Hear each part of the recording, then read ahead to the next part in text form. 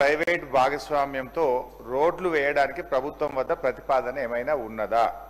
ప్రశ్నకు ఏమని ఇచ్చారు సమాధానం? లేదండి. ఇది బడ్జెట్ బుక్, గౌరవనీయులు బట్టి విక్రమార్క గారు మొన్న అసెంబ్లీలో పెట్టిన బడ్జెట్ బుక్. ఇందులో ఏం చెప్పారంటే అధ్యక్ష, 40% ప్రభుత్వ నిధులతో 60% ప్రైవేట్ డెవలపర్ల పెట్టుబడితో రహదారులను అభివృద్ధి చేస్తాం. బడ్జెట్లోనే మంత్రి గారు స్పష్టంగా చెప్పారు, ప్రైవేట్ డెవలపర్స్ యొక్క పెట్టుబడులతో మేము 60% ప్రైవేటులతో పెట్టుబడి పెట్టిస్తాం, రోడ్లు వేస్తామని బడ్జెట్లో ఆర్థిక మంత్రి గారు చెప్పారు. అసెంబ్లీలో ప్రశ్న అడిగితే గౌరవ R&B మంత్రి గారు ఏమంటున్నారంటే ప్రశ్నకు ఆన్సర్ లేదండి అని చెప్పారు. లెట్ మీ క్వశ్చన్, అన్ని క్వశ్చన్లు కలిపి ఆన్సర్ చేయమనండి సార్. అరే ఇంత ఒప్పుకోలేకపోతే ఎట్లా సార్? మనుషులకు కొద్దిగా కూర్చోమనండి. Let me ask the question. అంత ఒప్పుకోలేకపోతే ఎట్లా? సో అంటే సమాధానం కొంచెం బాధ్యతగా ఇవ్వాలి. లేదండి, ఉత్పన్నం కాదండి అనడం సరి అయింది కాదు. ప్రభుత్వం చాలా బాధ్యతగా సభ్యులు అడిగిన ప్రశ్నలకు సవివరమైన సమాధానం ఇచ్చే ప్రయత్నం చేయాలి తప్ప లేదండి అనడం బాధ్యతారహిత్యము. ఒకటి. రెండు అధ్యక్ష, ఈ హ్యామ్ మోడల్లో 40-60 ప్రభుత్వం 40, ప్రైవేటు 60% అని చెప్పారు బడ్జెట్లో. అయితే అధ్యక్ష నిన్న మంత్రి గారు ఇక్కడ మాట్లాడుతూ 60 గవర్నమెంట్ అన్నారు. బట్టి గారి బడ్జెట్ బుక్ లోనేమో 60 ప్రైవేట్ అని ఉన్నది. బడ్జెట్ బుక్ లో 60 ప్రైవేట్ అని ఉన్నది. నిన్న R&B మంత్రి గారు ఇదే సభలో మాట్లాడుతూ 60 గవర్నమెంట్ అన్నారు. ఇది ఏది క్లారిటీ? బట్టి గారిది కరెక్టా, గౌరవనీయులు వెంకటరెడ్డి గారిది కరెక్టా? క్లారిఫై చేయండి. నంబర్ 2. నంబర్ 3, సరే 60% ప్రైవేట్ వాళ్ళు పెట్టాలంటే 16,800 కోట్ల రూపాయలు. ఈ 16,800 కోట్ల రూపాయలు మరి ప్రైవేటు కాంట్రాక్టర్లు పెట్టుబడి పెడితే ఇది ఎన్ని సంవత్సరాల్లో చెల్లిస్తారు, ఎంత వడ్డీతో చెల్లిస్తారు, ఈ ఆర్థిక భారాన్ని రాష్ట్ర ప్రభుత్వం మీద 10 ఏళ్లు పడితే ఇది FRBM పరిధిలోకి వస్తుందా? మరి రాష్ట్ర ప్రభుత్వం ఎవ్రీ ఇయర్ దీనికి బడ్జెట్ పెడితే మెయింటెనెన్స్ కు మళ్ళా బడ్జెట్ అవసరం ఉంటుంది. ఇది రాష్ట్రం మీద ఓ 10 ఏళ్ల పాటు మీరు భారం వేయబోతున్నారా? దీని మీద క్లారిటీ ఇవ్వండి. తర్వాత ఈ రోడ్స్ ను ఏ రకంగా ఎంపిక చేసినారు? What is the methodology in selecting these roads either in the Panchayat Raj in R&B? మీరు ఈ హ్యామ్ మోడల్లో చేసేటువంటి రోడ్లను ఏ ప్రాతిపదికన ఎంపిక చేస్తున్నారు? దీంట్లో శాసనసభ్యుల భాగస్వామ్యం ఉందా? అందరూ, ఎందుకంటే బీఆర్ఎస్ ప్రభుత్వం ఉంటే అధ్యక్ష రాష్ట్రంలో మిషన్ కాకతీయ చెరువులు చేయాలంటే రాష్ట్రంలోని ప్రతిపక్ష, విపక్ష, స్వపక్ష లేకుండా అన్ని చెరువులు చేశాం. అన్ని మండలాలకు డబుల్ లైన్ రోడ్ అంటే ఏ పక్షమన్న కానీ అన్ని మండలాలకు డబుల్ లైన్ రోడ్ వేశాం. అయితే ఈ హ్యామ్ మోడల్లో మీరు 28,000 కోట్ల రూపాయలతో రోడ్లు వేస్తామన్నారు. ఈ రోడ్ల ఎంపిక ఏ ప్రాతిపదికన చేస్తున్నారో గౌరవ మంత్రి గారు సమాధానం చెప్పాలని కోరుతున్నారు. మినిస్టర్ గారు.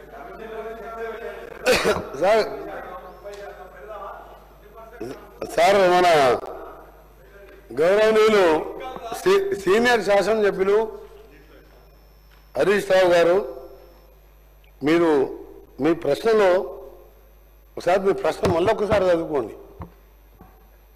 రోడ్లు మరియు భవనాల శాఖ పరిధిలో ప్రభుత్వ ప్రైవేట్ భాగస్వామ్య విధానంలో నమూనాలో మీరు వేసింది మీకు చదువుతున్నారు. విధానంలో రోడ్లు వేయడానికి ప్రభుత్వం వద్ద ఏదైనా ప్రతిపాదన ఉందా అని వాడు వేసిన ప్రశ్న ఇది. ఆయన సమాధానం బాగాలేదు మంత్రి గారిది, మొత్తం నేను అడిగింది వేరను. ఈ ప్రశ్న ఇదే అధ్యక్ష, అందరు వింటున్నారు.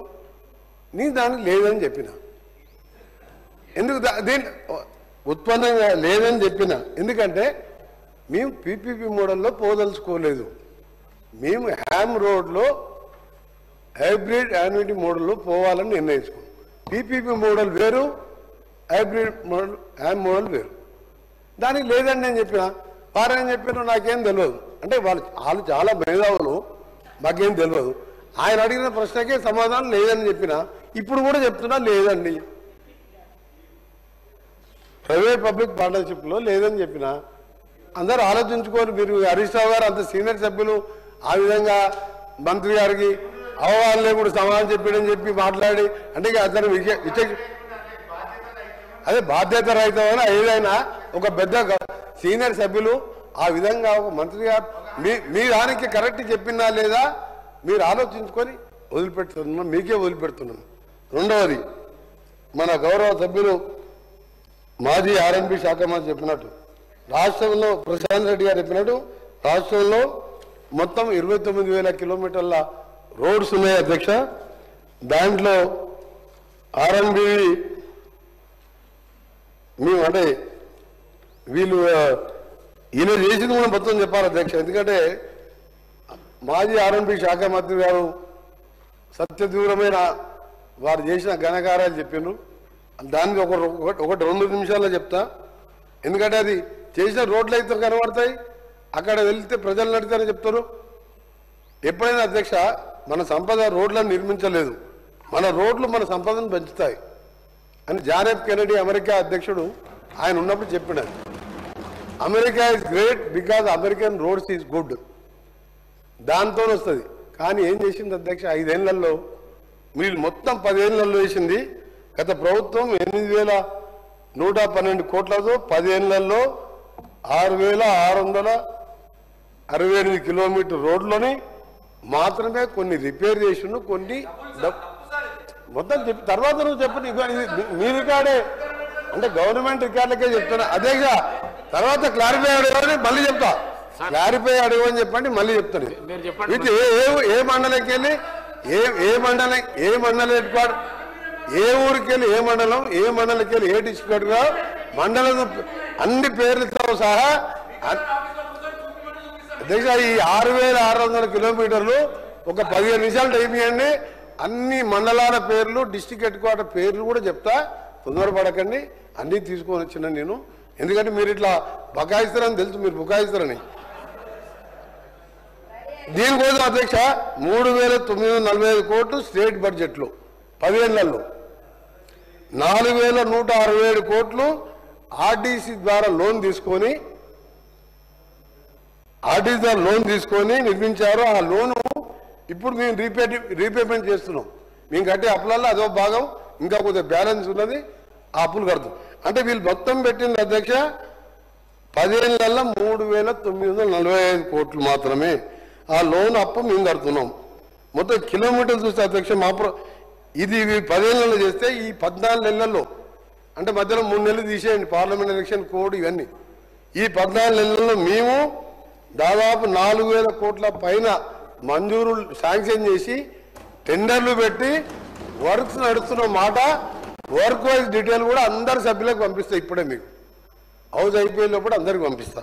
ఏది 12 మంత్స్లో 10 ఏళ్లలో నిర్మించిన రోడ్లని 1 సంవత్సరంలో మేము పూర్తి చేసినాం. ఇది ఎక్కువ మేము చేస్తాం కానీ పని ఎక్కువ చెప్పుకోం అధ్యక్ష. వాళ్ళేమో తక్కువ చేస్తారు, ఎక్కువ చెప్పుకుంటారు. వాళ్ళు ఏంటంటే మొత్తం బ్రహ్మాండంగా ఉంది, బ్రహ్మాండం అనుకుంటే నడిపించింది కనుక మాకు బ్రహ్మాండం ఏం లేదు అధ్యక్ష. ప్రజలకు సౌకర్యం కల్పించాలి. దాంతోపాటు మీరు అధ్యక్ష 2018 నుంచి ప్రశాంత్ రెడ్డి గౌరవ మాది ఆర్ఎన్బి శాఖ సిఆర్ఎఫ్కి వెళ్ళి 2018కి వెళ్ళి ₹1 వచ్చిందా మీకు ఏదైనాకి వెళ్ళి మనకు రావాల్సిన మాట. నేను ఆర్ఎన్బి శాఖ మంత్రి అయినాక 3వ రోజు 7th రోజు ఓతు తీసుకున్నాను. 11th రోజు గడ్కరీ గారిని మధ్యాహ్నం 1:40 1:40కి కలిసినప్పుడు 850 కోట్ల రూపాయలు ఇచ్చారు. ఇక్కడ అందరి సభ్యులకు వీలైనంత వరకు సభ్యులకు ఇవ్వడం జరిగింది. మొన్న 11th రోజు కూడా జరిగినప్పుడు లాస్ట్ వీక్ మళ్ళా 1,100 కోట్ల రూపాయలు సిఆర్ఎం నిధులతో పాటు ఈ సేతు బంధు కింద కూడా 1,240 కోట్లు